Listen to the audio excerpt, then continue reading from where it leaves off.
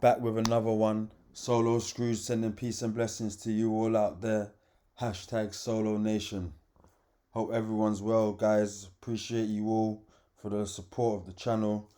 So, guys, at the time of recording, XRP is on 45 cents and Sologenics on 36 cents.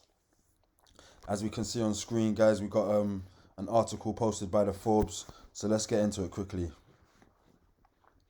Crypto law experts suggest SEC likely to lose key case and discredit Howey test. And this was posted on October the 30th, 2022. As the cryptocurrency trial of the century draws to a close in a Manhattan federal court, there are increasing signs that the US Securities and Exchange Commission (SEC) faces a bruising defeat against the San Francisco-based enterprise blockchain innovator Ripple Labs. The verdict could drastically limit the SEC's authority to regulate crypto in the United States. If that's how it ends, it will have been a self-inflicted disaster from the start.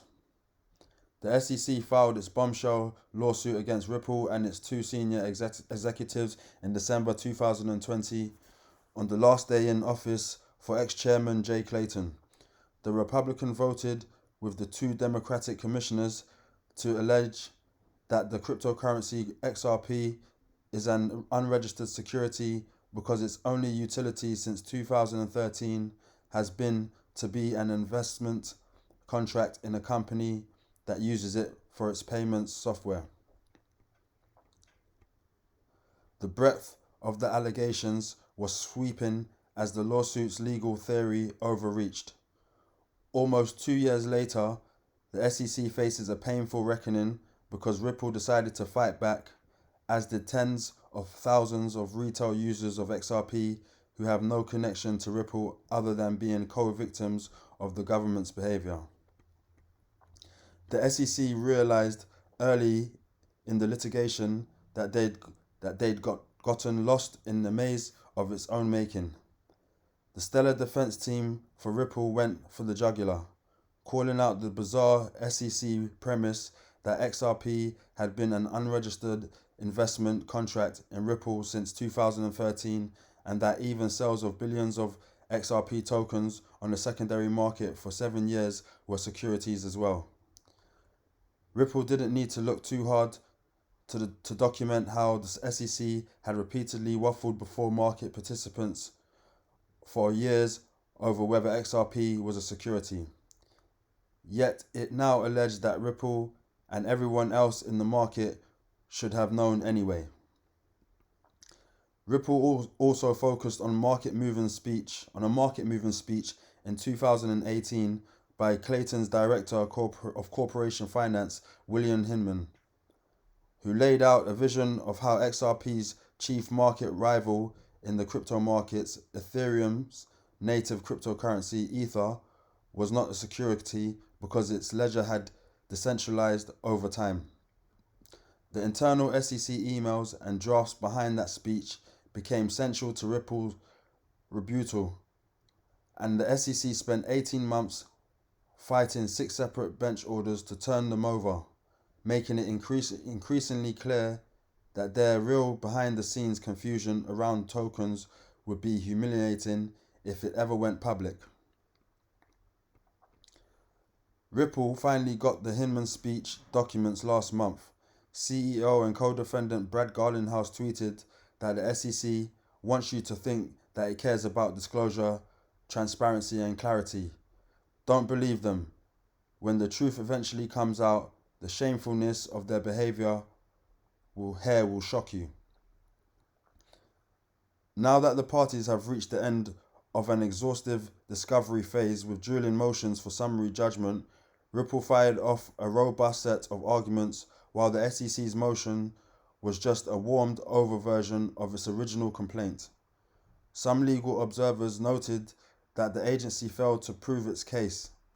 Its own expert said XRP's market value was not tied to Ripple's performance, and it didn't find any way after 2 years to demonstrate on how tens of thousands of retail users and traders of XRP knew that the token was an investment in a company that most of them had never heard of.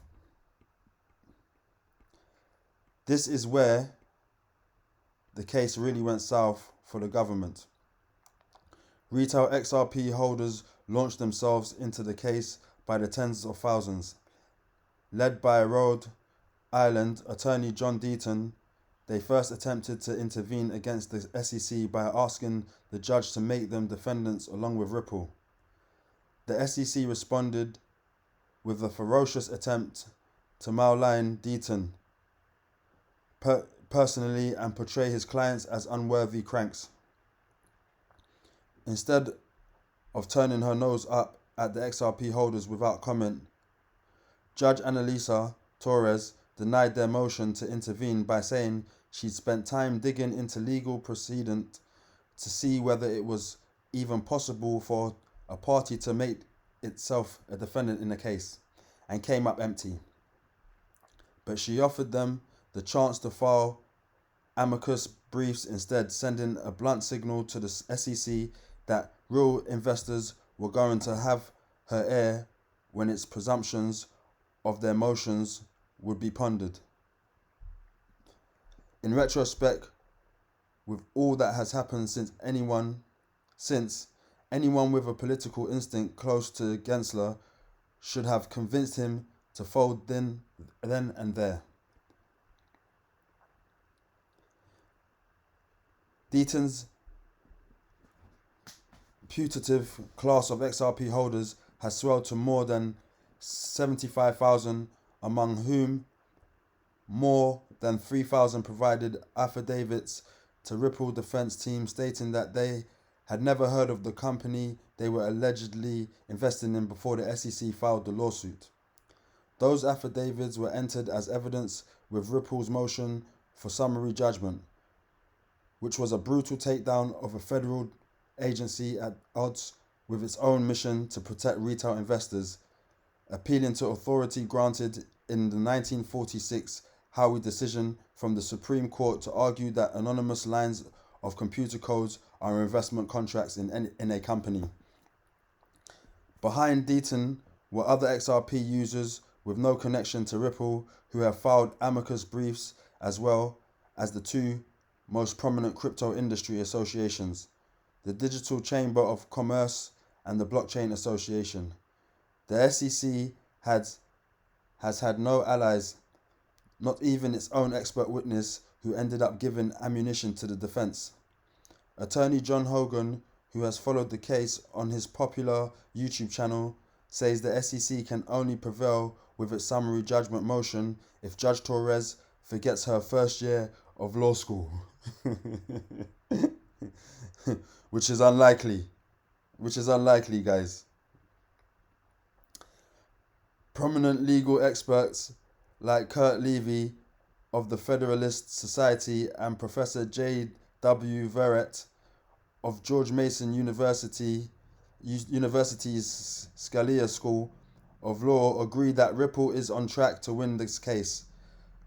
Worse for the SEC, Verrett predicts that if the SEC appeals up to the Supreme Court, it is likely to not only lose, but set a sweeping precedent that would limit or eliminate entirely the application of Howey on cryptocurrencies, which defy the definitions of 1946. So why is Gensler still letting his enforcement division drive this bus off a cliff? They are litigators, but Gensler is ultimately a political figure. Politicians, Deaton said recently in an interview, are all about turning a loss somehow into a win and moving on.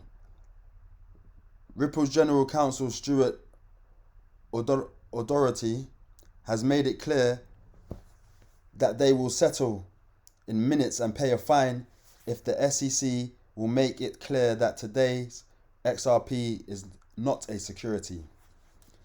Having expended his political capital, Gensler should take the deal. Gensler, take the deal, mate. Take the deal, Gensler. You're just slowing down procedures. Slowing down the whole procedure. The XRP army and the Solo Nation are waiting. Come on, guys. Guys, there you have it. You know, crypto law experts suggest the SEC likely to lose key case, and discredit Howey test. So, guys, if you like the content, like, subscribe, and share. I'm Solo Scrooge with the Solo News. I'll catch you on the next one. Peace.